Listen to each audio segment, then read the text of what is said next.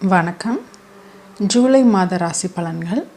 இந்த வரிசையில் நம்ம பார்க்குறதுக்கு முன்னாடி உங்களுடைய ராசிக்கான பலன்களையும் உங்களுடைய லக்னத்துக்கான பலன்களையும் சேர்த்து பார்த்துக்கோங்க. ஏன்னா அப்படி பார்க்கும்போது உங்களுக்கு இன்னும் கொஞ்சம் அக்யூரசி கிடைக்கும். ஏன்னா விதிப்பாதி மதிப்பாதி அப்படிங்கிறதுல கோச்சாரத்தின் அடிப்படையில் ராசியிலிருந்து மற்ற கிரகங்கள் எல்லாம் எப்படி இருக்குது அப்படின்னு பார்க்குறது ஒரு பக்கம். அதை தாண்டி லக்னத்திலேருந்து அந்த கிரகங்கள் எந்த பொசிஷனில் இருக்கோ அதையும் பார்த்துக்கிட்டிங்கன்னா, ஸோ உங்களுக்கு இப்போ நீங்கள் ஒரு மேஷ ராசி துலாம் லக்னம் அப்படின்னு வச்சுக்கிட்டிங்கன்னா, மேஷம் துலாம் ரெண்டுக்குமான பலன்களை சேர்த்து பார்த்து ரெண்டையும் கம்பைன் பண்ணி நீங்கள் ஒரு பலன் உங்களுக்கு கிடைக்கும்போது அது இன்னுமே கொஞ்சம் உங்களுக்கு அக்யூரேட்டாக இருக்கும். மூன்றாவது ஒரு ஸ்டெப் இருக்குது. அது உங்களுடைய பிறந்த ஜாதகத்தில் இருக்கிற அந்த இப்போ ஒரு கிரக நகர்வுகள் இருக்கும்போது உங்கள் பிறந்த ஜாதகத்தில் இருக்கிற கிரகத்தின் மேலே இந்த கோச்சார கிரகங்கள் டிரான்சிட் ஆகும்போது இருக்கிற ஒரு பலன்களும் இருக்குது. ஸோ அது அந்த அளவுக்கு போய் துல்லியமாக எடுக்க முடியாதனாலும் இது ஓரளவுக்கு பொது பலன்களாக கண்டிப்பாக ஒரு 90% அக்யூரசி உங்களுக்கு வந்துடும் இதுலேயே. ஸோ ராசிக்கும் லக்னத்துக்கும் சேர்த்து பார்த்துக்கோங்க உங்களுக்கான பலன்கள். நம்ம இப்போ வீடியோக்குள்ளே போகலாம். ஒவ்வொரு ராசிக்குமான ஜூலை மாத ராசி பலன்களை பார்த்துருவோம். மேஷ ராசிக்கான ஜூலை மாத ராசி பலன்கள். மேஷ ராசிக்கு ஜூலை மாதத்தின் தொடக்கத்தில் ராசிநாதன் செவ்வாய் ராசியிலேயே ஆட்சி பெற்றிருக்கிறார். லாபாதிபதி சனி வக்ரம் பெற்று ராசியை 3ஆம் பார்வையாக பார்க்கிறார். இதனால் உங்களுடைய சிந்தனை மற்றும் மனம் பழைய வரவேண்டிய பாக்கிகள், தொழிலில் லாபம் இவற்றையே சார்ந்து இருக்கும்.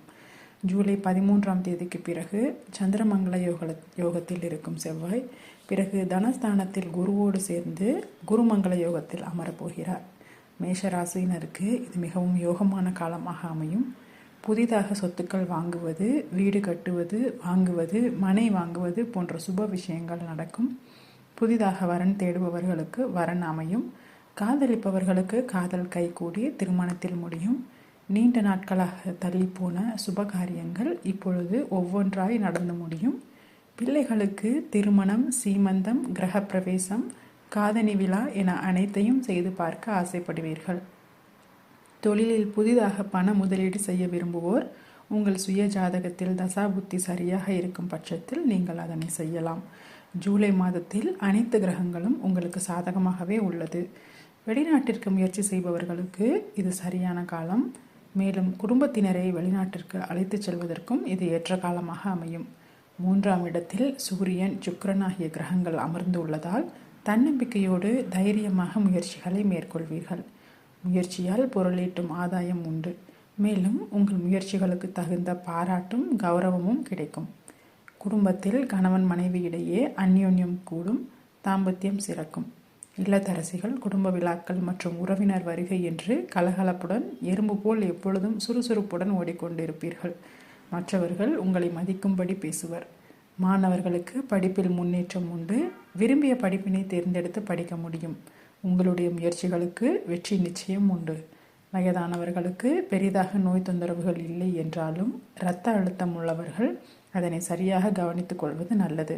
அலைச்சலை குறைத்து கொள்வதும் நேரத்திற்கு உணவும் தூக்கமும் அவசியம்.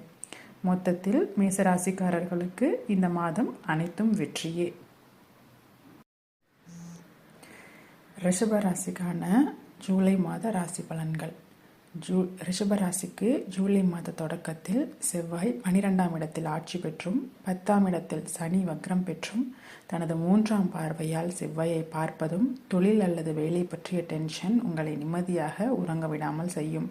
ஆனால் ஜூலை 13ஆம் தேதி அந்த செவ்வாய் ராசிக்கு நகர்வதாலும் குருவோடு சேர்ந்து குருமங்கல யோகத்தில் அமர்வதாலும் மாத பிற்பகுதியில் சற்று டென்ஷன் குறைந்து ரிலாக்ஸாக இருப்பீர்கள். புதிதாக வண்டி வாகனம் வாங்க வேண்டும் என்ற சிந்தனை பிறக்கும். அதற்காக ஏற்கனவே இருக்கும் வீடு, நிலம் போன்ற பெரிதாக பயன்படுத்தாத சொத்துக்களை விற்க நினைப்பீர்கள். அல்லது இருக்கும் வீடு அல்லது வாகனத்தை விட ஒரு படி கூடுதலான சௌகரியங்களுடன் வாங்க நினைப்பீர்கள். அதற்கு ஏற்ற காலமாக ராசியில் இருக்கும் செவ்வாய் அமைத்து கொடுப்பார். அதற்காக வங்கி கடன், லோன் போன்றவற்றை மாத பிற்பகுதியில் சூரியனின் வீட்டில் இருக்கும் புதன் அமைத்து கொடுப்பார். மாதத்தின் முற்பகுதியில் அதற்கான வேலைகள் விரைந்து முடியும். 2ஆம் வீட்டில் ராசிநாதன் சுக்கிரனும் சுகாதிபதியான சூரியனும் சேர்ந்து அமர்வதால் குடும்பத்தில் சற்று நிம்மதியும் குதூகலமும் பிறக்கும். அடிக்கடி சில குறுகிய பயணங்கள், குடும்பத்தோடு செலவழிக்கும் நேரமும் கூடும். தனாதிபதி புதன் கடக மற்றும் சிம்ம வீடுகளில் பயணம் செய்வதாலும், சுகாதிபதி மற்றும் ராசி அதிபதி தனஸ்தானத்தில் அமர்வதாலும் சுப கடன்கள் ஏற்பட்டாலும் பெரிய பொருளாதார நெருக்கடி அல்லது சிக்கல்கள் இல்லை. 7ஆம் இடத்தை வக்ரசனி மற்றும் செவ்வாய் பார்வையிடுவதால் அடிக்கடி வாழ்க்கை துணை மற்றும் நண்பர்கள், தொழில் பங்குதாரர்களோடு கருத்து வேறுபாடு தோன்றி மறையும். நீங்கள் சொல்வதை அவர்கள் சில சமயங்களில் தவறாக புரிந்து கொண்டு சண்டையிடுவார்கள். எனினும் குருவின் பார்வையும் இருப்பதால் பெரிய பிரச்சனைகளுக்கு இடமில்லை. நீங்கள் விட்டு கொடுத்து செல்வீர்கள்.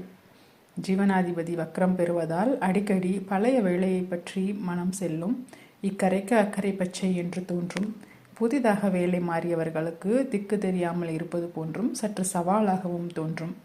எனினும் தொழிலில் புது முதலீடுகளையும் புது தொழில் ஆரம்பிக்கும் எண்ணம் மற்றும் இருக்கும் தொழிலை விரிவாக்கும் எண்ணங்களை மட்டும் தவிர்ப்பது நல்லது. அல்லது உங்கள் சுய ஜாதகத்தில் யோக தசாபுத்தி நடக்கும் பட்சத்தில் நீங்கள் அதனை முன்னெடுக்கலாம். சிலருக்கு யோகா, உடற்பயிற்சி, ஜிம் போன்றவற்றில் ஆர்வம் பிறக்கும். அதற்காக நேரம் ஒதுக்குவதும் அதற்கு தேவையான உபகரணங்களை வாங்கவும் செய்வீர்கள். மாணவர்கள் மேற்படிப்பினை தேர்ந்தெடுப்பதில் குடும்பத்தினர் அல்லது அந்த துறை சார்ந்த வல்லுநர்களின் உதவியோடு தேர்ந்தெடுப்பது உத்தமம். இல்லையெனில் பொருந்தாத படிப்பினை தேர்ந்தெடுக்க வைத்து பின்பு சிரமத்தை ஏற்படுத்தி கொடுக்கும். குடும்ப தலைவிகளுக்கு இந்த மாதத்தில் வீட்டிற்கு தேவையான மின் சாதனங்களை, உபகரணங்களையும் வசதி வாய்ப்புகளையும் ஏற்படுத்தி கொள்வீர்கள். மாத பிற்பகுதியில் சற்று ரிலாக்ஸாக உணர்வீர்கள். வயதானவர்கள் ஜீவனஸ்தானத்தில் வக்ரசனி இருப்பதால் உடல் நலனில் சற்று அக்கறை எடுப்பது அவசியம். வழக்கமான உடற்பயிற்சி, மருந்து மாத்திரைகளை நேரத்திற்கு எடுத்துக்கொள்வதும் அவசியம். அலைச்சலை குறைக்கவும் தூக்கம் மற்றும் ஓய்வும் அவசியம். மொத்தத்தில் ரிஷபராசிக்கு இந்த மாதத்தின் பிற்பகுதியில் சற்று டென்ஷன் குறைந்து ரிலாக்ஸாக இருப்பீர்கள். மிதுன ராசிக்காரர்களுக்கான ஜூலை மாத ராசி பலன்கள். மிதுன ராசியினருக்கு ஜூலை மாத தொடக்கத்தில் ராசியிலேயே சுக்கிரனும் சூரியனும் அமர்ந்து தனஸ்தானத்தில் ராசிநாதன் புதன் அமர்கிறது. இதனால் பொருளாதார நெருக்கடி ஏற்பட்டாலும் யாரேனும் உங்களுக்கு தகுந்த நேரத்தில் உதவி புரிவர். தேவைகள் பூர்த்தியாகும். உங்கள் கௌரவம் காப்பாற்றப்படும். விரையாதிபதியாகிய சுக்கிரன் ராசியில் அமர்வதும் விரயஸ்தானத்தில் குரு அமர்வதும் மாத பிற்பகுதியில் லாபாதிபதியாகி செவ்வாய் குருவோடு சேர்வதும் நிறைய சுப விரயங்களை கொடுக்கும். வண்டி வாகனங்கள் வாங்குவீர்கள்.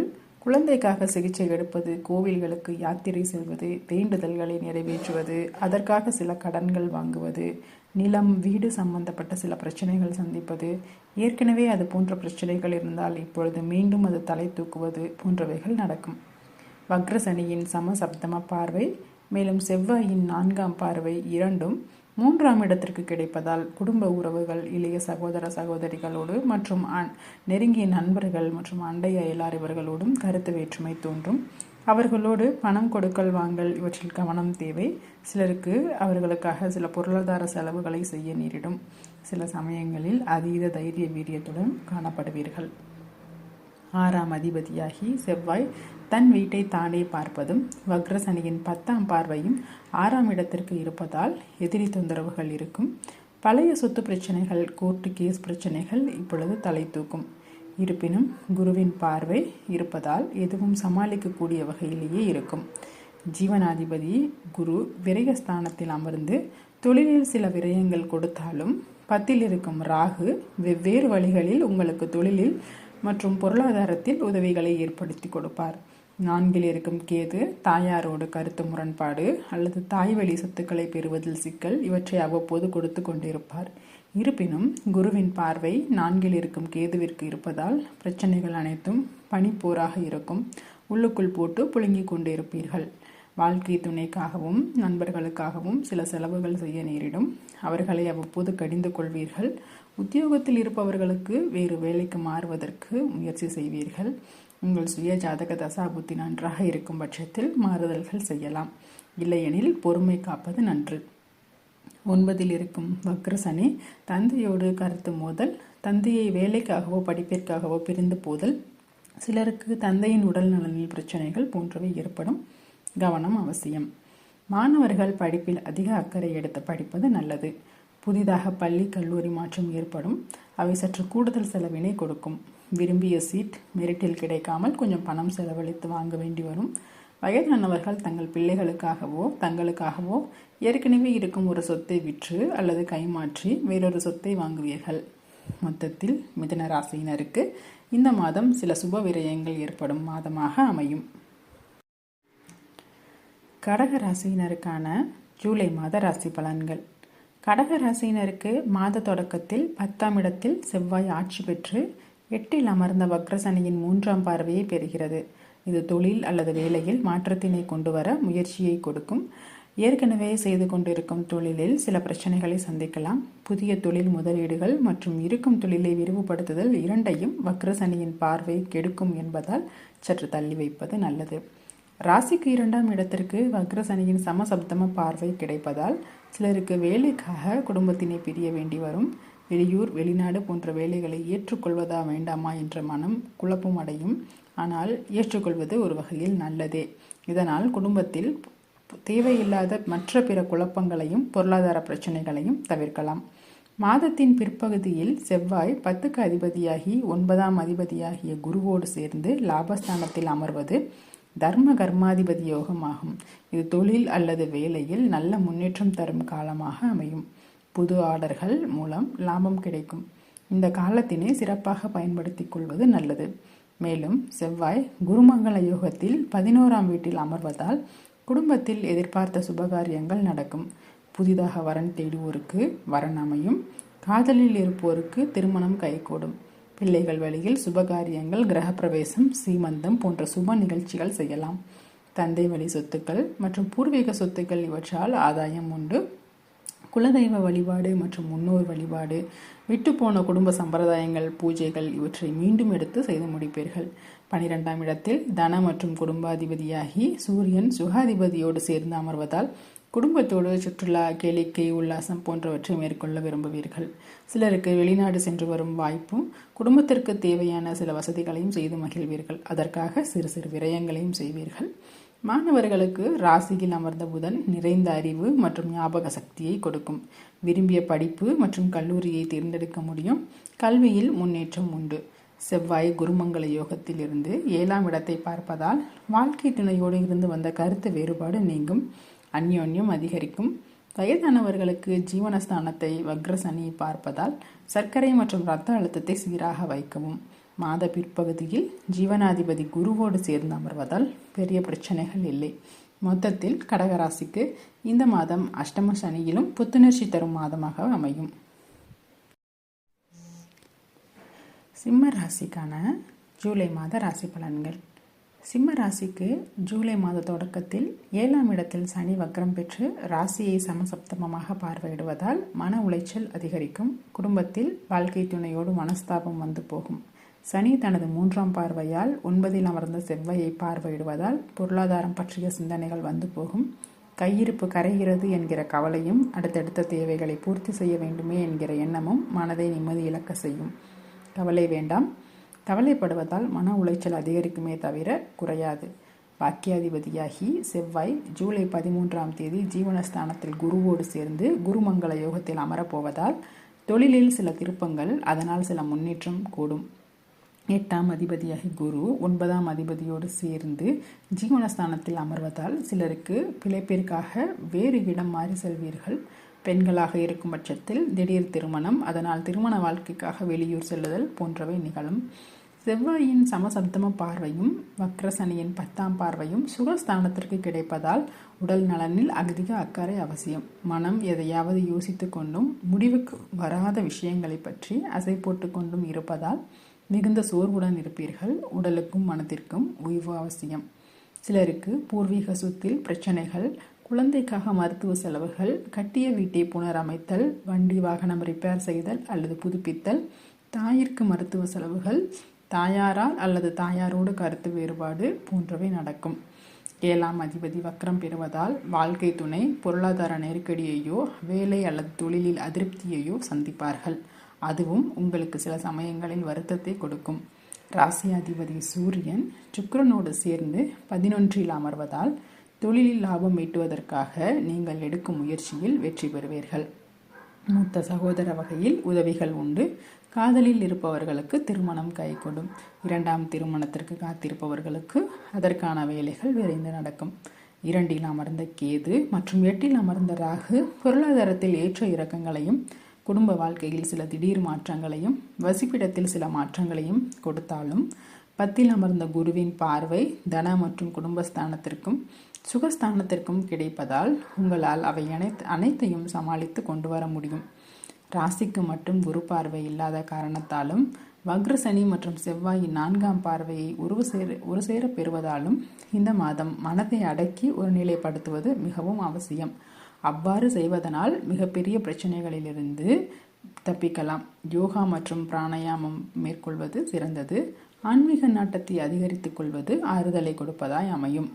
மாணவர்கள் மேற்படிப்புக்காக வெளியூர் வெளிநாடு செல்ல நேரிடும். முயற்சிகளுக்கு நிச்சயம் வெற்றி காண முடியும். இல்லத்தரசிகள் கணவரையும் குழந்தைகளையும் பற்றிய கவலைகள், மனதின் நீண்ட நாள் இயக்கங்கள் நிறைவேறுவதற்காக மனம் அலைப்பாய்வதை நிறுத்தி சற்று ஓய்வு கொடுங்கள். வயதானவர்கள் உடல் நலனில் மிகுந்த அக்கறை எடுத்துக்கொள்ள வேண்டிய நேரம். பழைய நோய் பிரச்சனைகள் மீண்டும் தலை தூக்கினால் உடனடியாக மருத்துவ உதவி எடுப்பது நல்லது. மொத்தத்தில் சிம்மராசியினருக்கு இந்த மாதம் மனதை அடக்கினால் உங்கள் வாழ்க்கையில் அமைதியை கொண்டு வர முடியும். கன்னி ராசிக்கான ஜூலை மாத ராசி பலன்கள். கன்னி ராசியினருக்கு ஜூலை மாத தொடக்கத்தில் 6ஆம் அதிபதியாகிய சனி வக்ரம் அடைகிறார். இதனால் கடன், நோய், எதிரி தொல்லை நீங்கும். தேங்கி கிடந்த வேலைகள் மளமளவென முடியும். உங்களுக்கு போட்டி நீங்கள் மட்டுமே.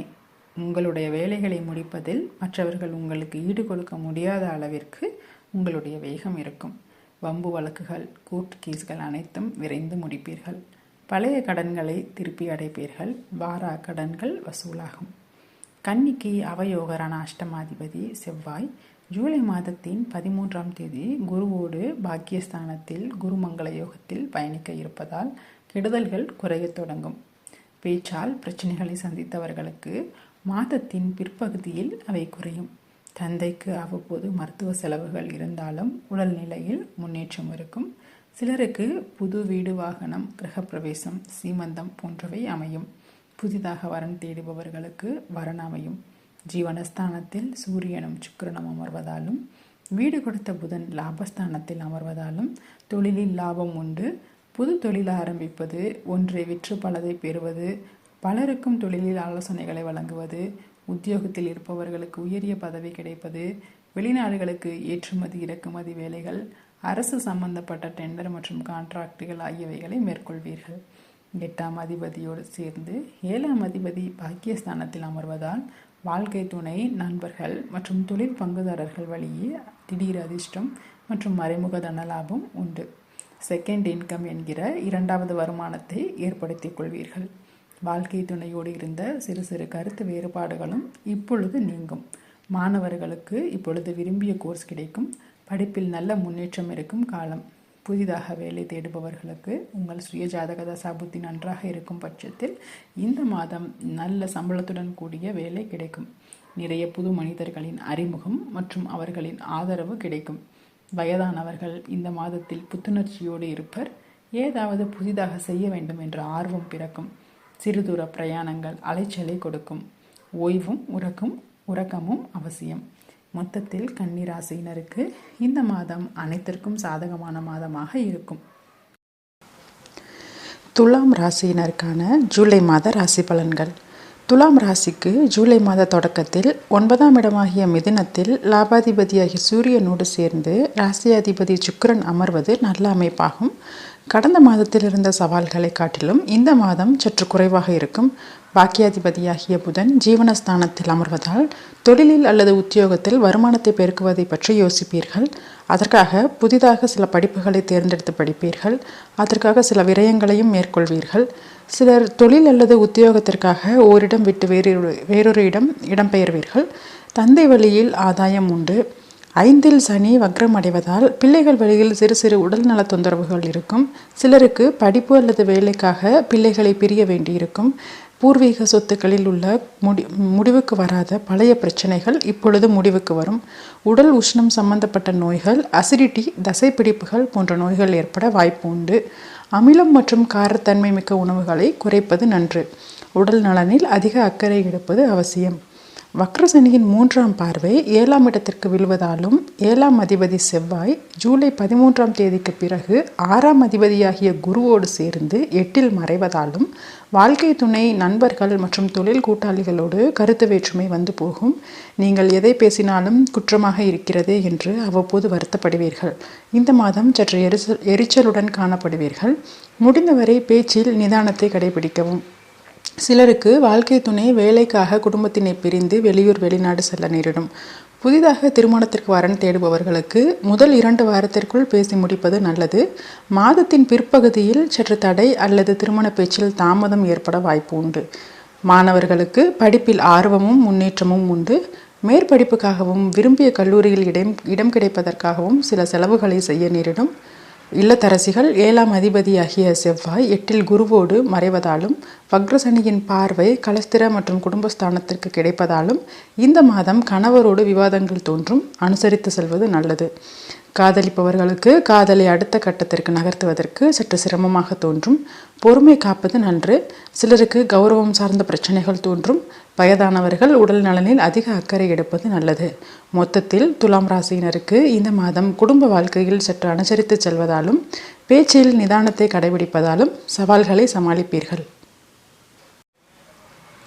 விருச்சிக ராசியினருக்கான ஜூலை மாத ராசி பலன்கள். விருச்சிக ராசியினருக்கு இந்த மாத தொடக்கத்தில் அஷ்டமஸ்தானத்தில் ஜீவனாதிபதியாகிய சூரியன் விரையாதிபதியாகிய சுக்கிரனோடு சேர்ந்து மறைகிறார்.